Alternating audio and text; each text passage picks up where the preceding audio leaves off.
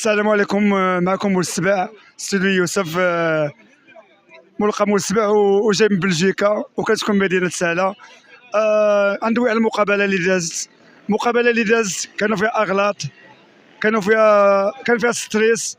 بروميتا كنا في الاعصاب، بروميتا كامل وحنا معصبين، والحمد لله كانت الشونجمون عطاتنا واحد الاكل، ربحنا وي.